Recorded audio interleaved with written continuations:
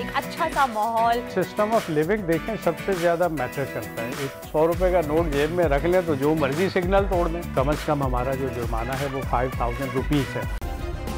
Subscribe करें और bell दबाएं ताकि कोई खबर रह न जाए।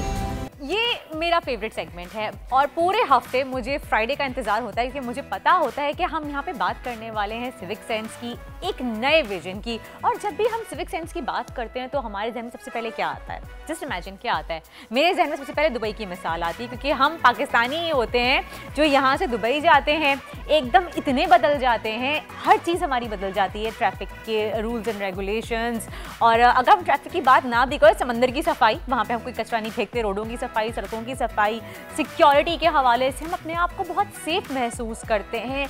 आपको हर जगह सिर्फ पोल्यूशन फ्री, आपको हर चीज़ खुली खुली साफ साफ नज़र आती है। तो जब हम दुबई की बात करते हैं, हमेशा हमारी ख्वाहिश होती है, इनफैक्ट हर पाकिस्तानी की ख्वाहिश होती है पाकिस्तान में भी हमें ऐसी रहने की जगह मिल जाए। और ये एक विजन है जो कमांडर साहब लेके आए हैं, उनका विजन है जो 2040 तक इंशाअल्लाह मुकम्मल हो जाएगा और आपको और हमें, हम सबको एक दुबई जैसा एक अच्छा सा माहौल, एक अच्छा लिविंग स्टैंडर्ड हमें यहाँ कराची में मिल जाएगा। तो आइए वेलकम कहते हैं रिटायर्ड कमांडर जाकिर साहब को, हमारे साथ आज मौजूद हैं। अस्सलाम वालेकुम। अस्सलाम वालेकुम। कैसे हैं कमांडर साहब? अल्हम्दुलिल्लाह। Welcome back again. भाई मुझे तो पूरा हफ्ता इंतजार रहता है इस जुम्मे का कि मुझे क्यूरियोसिटी हो गई है अब कि अब मुझे मजीद पता चले आपके इस विजन के बारे में, आपके इस जो लिविंग स्टैंडर्ड आप एक देना चाह रहे हैं, हम पाकिस्तानियों के लिए बना रहे हैं, कितना बेहतरीन ख्वाब है आपका ये। हमारी दुआ है कि जल्द से जल्द पूरा हो जाए। सबसे पहले बताइए मुझे कमांडर साहब के कमांडर सिटी में सिस्टम ऑफ लिविंग जो है वो बाकी ममालिक से कैसे मुख्तलिफ है? जी बिल्कुल, सिस्टम ऑफ लिविंग देखें सबसे ज़्यादा मैटर करता है। एक कौम और हुजूम में फ़र्क ये है कि एक कौम एक सिस्टम फॉलो करती है और हुजूम जो है वो सिस्टम को तोड़ता है। एक बेरब्त निज़ाम होता है हुजूम में, जिसे जंगल का कानून भी दूसरे लफ्ज़ों में हम कहते हैं। तो जो भी डेवलप्ड कंट्रीज़ हैं, जब हम उधर जाते हैं या उनकी मिसाल कहीं कोट करते हैं तो फ़र्क ये है कि यही इंसान वहाँ भी बसते हैं, यही तफरीक वहाँ भी आपको मिलेगी, लेकिन वहाँ एक निज़ाम आपको मिलेगा, एक रब्त का निज़ाम, एक सिस्टम, जिसकी वजह से लोग जो है वो खुशहाली की तरफ भी जाते हैं, लोगों को इंसाफ भी मिलता है, लोगों को साफ़ सुथरा इन्वायरमेंट भी मिलता है, जो एजुकेशन है वो भी बच्चों को मिलती है जो उनका राइट है, ठीक है। इसी तरह जराइम भी कम होते हैं जब हमें पता होता है कि मुजरिम पकड़ा जाएगा और उसे सज़ा मिलेगी तो ज़ाहिर है जुर्म कम हो जाते हैं। तो सिस्टम बड़ा मैटर करता है। तो जब मैंने विजन 2040 डिवाइस किया तो दरो दीवार से हट के सिस्टम ऑफ लिविंग को ज़्यादा मैंने तरजीह दी, क्योंकि हम ही लोग कमांडर साहब जो यहाँ से जाते हैं दुबई या यूके या यूएस जाते हैं, वहाँ पे हम एक रैपर नहीं फेंकते हैं, बिल्कुल, क्योंकि पता है ना कि जुर्माना हो जाएगा। खड़ा नहीं हो सकते। देखिए वहाँ हम रेड सिग्नल नहीं तोड़ते, हमें पता है जुर्माना हो जाएगा, हमें पता है 2-3 दफ़ा करेंगे लाइसेंस कैंसिल हो जाएगा। लेकिन यहाँ पे देखें, हम 100 रुपये का नोट जेब में रख लें तो जो मर्जी सिग्नल तोड़ दें, आप 100 रुपये दे दें। मतलब ये देखें, ये फ़र्क है, ये फ़र्क है जो मैं सिस्टम की बात कर रहा हूँ। कमांडर सिटी में ये रूल्स एंड रेगुलेशंस होंगे? जी बिल्कुल, देखें जो रूल्स बनाए जाते हैं वो फॉलो करने के लिए बनाए जाते हैं और एक अच्छा मुआशरा उसी वक्त कायम होता है जब वहाँ डिसिप्लिन हो लोगों में, जब एक दूसरे का एहतराम हो, जब ह्यूमन वैल्यूज़ हों, जब लोगों को इंसाफ मिले, जहाँ इकनॉमिक प्रॉस्पेरिटी हो, ठीक है, जहाँ मज़ा आए रहने का, जहाँ घूमने फिरने का मज़ा आए, जहाँ कोई डर कोई खौफ ना हो कि कोई जी आज़ादी से निकल सके, ठीक है, सबके राइट्स हों। ये सारा सिस्टम हमने कमांडर सिटी में अल्हम्दुलिल्लाह इम्प्लीमेंट किया है। इस वक्त जो फैमिलीज़ वहाँ पे रह रही हैं वो बहुत पुरसुकून हैं, वहाँ कोई बेरब्त चीज़ हम नहीं होने देते। एक बेहतरीन मॉनिटरिंग का सिस्टम है, ठीक है। फिर हमारी वहाँ पे एक कमेटी है, अगर कोई प्रॉब्लम होता भी है तो हम उसको रिजॉल्व करते हैं अपने लेवल पे। लेकिन कमांडर साहब अभी जो आपके पास कमांडर सिटी में लोग आके रह रहे हैं, डेफिनेटली वो बाकी यानी कि मुल्की निज़ाम से आके वहीं पर ही बसे हैं, रहना शुरू किया है, तो वो लोग निज़ाम में इतनी आसानी से कैसे ढल गए या आपको मुश्किलात का सामना करना पड़ा, उनको डिसिप्लिन में लाना पड़ा, एक सिस्टम समझाना पड़ा? नहीं, देखें मुश्किलात तो बहुत हैं, स्पेशली जो बच्चे हैं, वो बच्चे अगर किसी ऐसे एनवायरनमेंट से आ रहे हैं जहाँ उनकी आदत ख़राब हुई हैं, वो बदतमीज़ हैं, उनकी लैंग्वेज, हाँ बिगड़े हुए हैं, उनकी लैंग्वेज सही नहीं है। ये अक्सर हमें देखने को मिलता है, क्योंकि ज़ाहिर है middle class, lower middle class आबादी इस वक्त आ रही है वहाँ पे। तो उनके बच्चों को फिर हमें दो तरीके हैं। एक तो जब वो एजुकेशनल इंस्टीट्यूट में आते हैं, एडमिट होते हैं, तो वहाँ पे हमें उनका जो करैक्टर बिल्डिंग का एक सिस्टम, जो पिछले प्रोग्राम में भी हमने डिस्कस किया था, कि मॉरल लेक्चर्स होते हैं, उनको मॉनिटर किया जाता है, उनके मूवमेंट्स, अगर वो पार्क पे हैं फिर उनको हमें सिखाते हैं कि भाई ये कचरा नीचे नहीं फेंकना, इसको डस्टबिन में डालना है। अगर आप किसी को नीचे फेंकते हुए देखें तो आप इंसिस्ट करें कि डस्टबिन यूज़ करना है, हमने सफाई निस्फ ईमान है। तो इस तरह हम मोटिवेट करते हैं बच्चों को, बड़ों को मोटिवेट करते हैं। और जहाँ पे कोई बेरब चीज़ होती है उस पे हम जुर्माना आयद करते हैं, और जुर्माना भारी होता है। मतलब अगर कम से कम हमारा जो जुर्माना है वो 5000 रुपीज़ है। अगर हमने पान भी कहीं ऐसी जगह पे थूक दिया जहाँ जो है जी ये मेरा अगला सवाल था आपकी जानिब कि आप मुझे ये बताएं कि जो फैमिलीज रहने के लिए कमारे सिटी में आ रही हैं, आप उनको पान और गुटखा और छालियाँ खाने से कैसे रोक रहे हैं? देखिए, आप मुकम्मल तौर पे तो रोक नहीं सकते, अब ज़ाहिर है जिनको आदत हैं, लेकिन बच्चों के लिए हमने बिल्कुल मना किया हुआ है। ठीक है, कोई दुकानदार उनको नहीं फ़रोख्त कर सकता। फिर अगर आप पान इस्तेमाल कर रहे हैं तो उसको आपने डस्टबिन के अंदर थूकना है, उसके थूकने पे पाबंदी है रोड गलियों पे या ऐसी साफ़ सुथरी जगहों पे, पार्क्स पे, पब्लिक एरियाज़ पे, और उस पर जुर्माना है जो मैंने बताया कि मिनिमम 5000 फाइन हमने रखा हुआ है। तो उसकी वजह से लोग जो है वो फॉलो कर रहे हैं रूल्स को, क्योंकि उन्हें पता है कि एक तो मॉनिटरिंग का सिस्टम अच्छा है, वो जुर्माने से बच नहीं सकते, और दूसरा जुर्माना जो हमने किया है वो हमने फिर वसूल भी किया है, क्योंकि अगर आप जुर्माना 2-3 दफ़ा नहीं पे करेंगे तो आपको सोसाइटी से फिर बाहर निकलना है। अच्छा। क्योंकि बायलॉज बहुत स्ट्रिक्ट हैं, अगर आप बायलॉज को फॉलो नहीं करेंगे तो आपका वहाँ घर ख़रीद सकते हैं, वहाँ रह नहीं सकते। रहने के लिए बायलॉज को फॉलो करना ज़रूरी है, और यही वो निज़ाम है जिसकी वजह से एक अच्छा मुआशरा तश्कील देता है। और यही वजह है कि जो कम्युनिटीज़ वहाँ पे आ रही हैं वो बेशक डिफरेंट इलाकों से कराची के आ रहे हैं, बच्चे बिगड़े हुए भी आ रहे हैं, लेकिन जब वो उस चारदीवारी के अंदर आ जाते हैं जो शहर हमने बसाया है, तो वो रब्त में आ जाते हैं, क्योंकि उन्हें पता है कि यहाँ पे वो बेखौफ वो चीज़ें नहीं कर सकते बेरब्त सिस्टम वाली जो इससे पहले वो करते आए हैं। और अगर वो पकड़े गए तो उनको वार्निंग्स भी मिलेंगी, उन पे फ़ाइन भी होंगे, और फिर किसी स्टेज पे उन्हें कमांडर सिटी से निकाला भी जा सकता है। और कुछ फैमिलीज़ को हमने निकाला भी है। अच्छा, यानी कि आप अमल कर चुके हैं? जी, पिछले 6 महीने में हम 2 फैमिलीज़ को कमांडर सिटी से निकाल चुके हैं। और क्या किया था उन्होंने? एक चोरी में इन्वॉल्व थी और एक फैमिली इमोरल एक्टिविटीज़ में इन्वॉल्व थी। जो कैमरे हमारे सिक्योरिटी के लगे हैं उनके हर जगह प्रॉपर रिकॉर्डिंग उसके अंदर मौजूद होती है हमारी।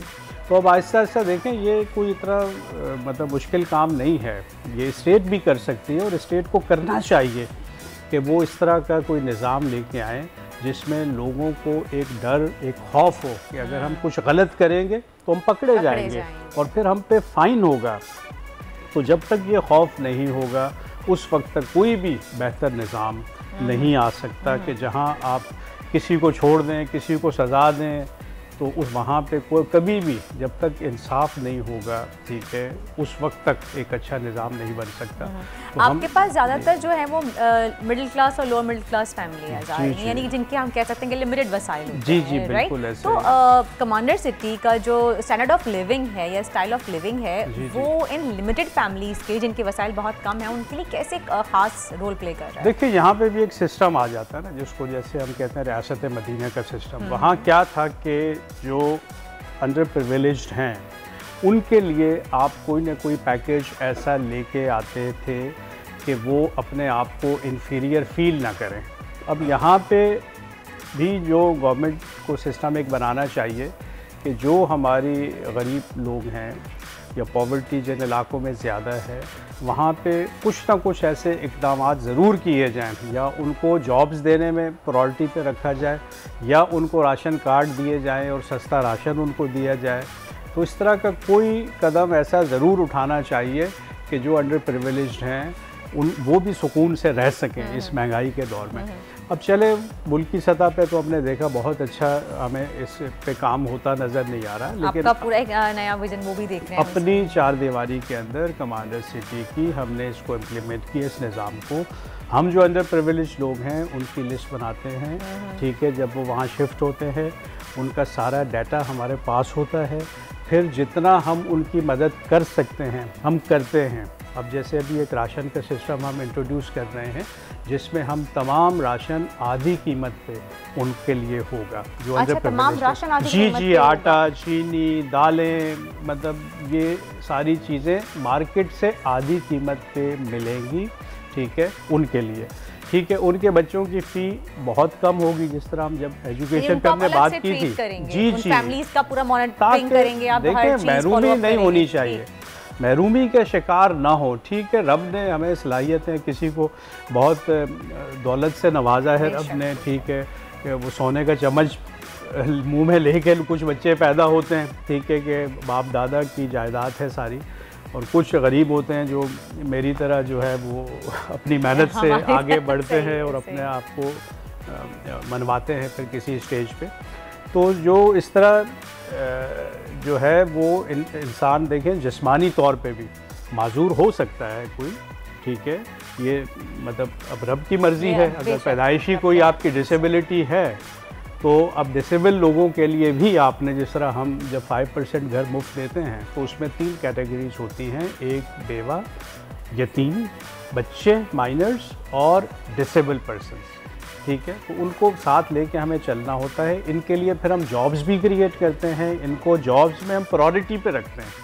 इन लोगों को जो ज़्यादा गरीब होते हैं, जो अंडर प्रिविलेज होते हैं, इनको हम प्रायोरिटी देते हैं, जॉब्स में भी प्रायोरिटी देते हैं। इस तरह राशन कार्ड वाला सिस्टम भी हम लेके आ रहे हैं और घर भी फ्री वाला जो एक सिस्टम है। एजुकेशन में इनकी फ़ीसें कम होती हैं, मेडिकल साइड पे भी इनकी फ़ीसें कम होती हैं, ठीक है। तो इन्हें हम सब्सिडीज़ देते हैं, ठीक है। तो इस तरह से जो है वो ये एक निज़ाम है जिससे जो है गरीब आदमी भी उसी इज़्ज़त से वहाँ पे रह सकता है कमांडर सिटी में, जिस इज़्ज़त से मिडिल या अपर मिडिल या अमीर आदमी, क्योंकि आगे अमीर आदमी भी आएंगे, क्योंकि हमारे 500 गज़ के, 1000 गज़ के बैंगलोज, 250 गज़ के बैंगलोज भी आ रहे हैं। फार्म हाउसेज़ 1-1 एकड़ के हमने अभी दिए हैं। तो इस तरह मतलब वहाँ रिच लोग भी आएंगे आहिस्ता आहिस्ता जब एक अच्छी सोसाइटी बनेगी। लेकिन जो गवर्नमेंट का काम होता है कि अमीरों से किसी तरह पैसा निकलवा के गरीबों तक पहुंचाया जाए ताकि जो इनइक्वालिटीज़ हैं उनको ख़त्म किया जाए, ठीक है। तो उनको जिस हद तक हम ख़त्म कर सकते हैं हम अपने निज़ाम में उसको ख़त्म कर रहे हैं और लोगों को कंफर्ट दे रहे हैं, बेशक वो गरीब हों, बेशक वो डिसेबल्ड हों, बेशक वो बेवा ख़वातीन हों या यतीम बच्चे हों। जब वो कमांडर सिटी में आते हैं तो उनको हम प्रॉपर मॉनिटर करते हैं और उनकी बेहतरी के लिए जो हम मैक्सिमम कर सकते हैं वो हम कर रहे हैं। अच्छा, मैं काफ़ी देर से आपकी वीडियो देख रही हूँ स्क्रीन पे, डेफिनेटली हमारे व्यूअर्स भी देख रहे होंगे ऑफ कोर्स, और यहाँ पे देखिए मुझे अंदाज़ा हो रहा है कि सिक्योरिटी वाइज मुझे काफ़ी सेफ लगा। जैसे कि आपने दिखाया है बच्चों का फुटबॉल ग्राउंड है, बच्चे खेल रहे हैं, एक बाउंड्री वॉल्स हैं, बच्चे आराम से साइकिलिंग भी कर रहे हैं, फीमेल जो है वो ख़वातीन एक पार्क में जा रही हैं, जिम भी है, वाटर पार्क भी, मुझे शायद वाटर पार्क है शायद, ये स्विमिंग पूल्स हैं नज़र आ रहा है। तो ये सिक्योरिटी का मुझे बहुत ही कोई बेहतरीन निज़ाम नज़र आ रहा है। सबसे ज़्यादा तो आपने सिक्योरिटी पे फोकस करना है, क्योंकि अगर सिक्योरिटी नहीं होगी कुछ भी नहीं होगा, ठीक है ना।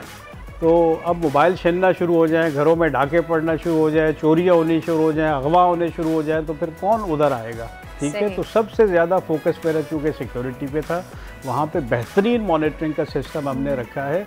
आप बेशक पार्क में हो, आप बेशक स्कूल में हो, आप बेशक स्विमिंग पूल साइड पे हो, कहीं पे भी हो, you are being monitored through security cameras. आपके मूवमेंट रिकॉर्ड हो रही हैं और जब भी कोई इंसिडेंट होता है हम सारी रिकॉर्डिंग चेक करते हैं और हम मुजरिम तक पहुंच जाते हैं। अच्छा, ये आपका हॉस्पिटल भी उसी के अंदर ही है? बिल्कुल। अब मुझे एक सवाल बहुत इंपॉर्टेंट करना चाहिए, क्योंकि बच्चों के हवाले से जब बात करती हूँ, बीइंग अ मदर सबसे पहले जहन में आता है कि जी आपके रोड्स भी अंदर ही हैं, उसी के आसपास आपके घर भी बने हुए हैं, पार्क्स भी हैं और आपके स्विमिंग पूल एरियाज़ भी हैं।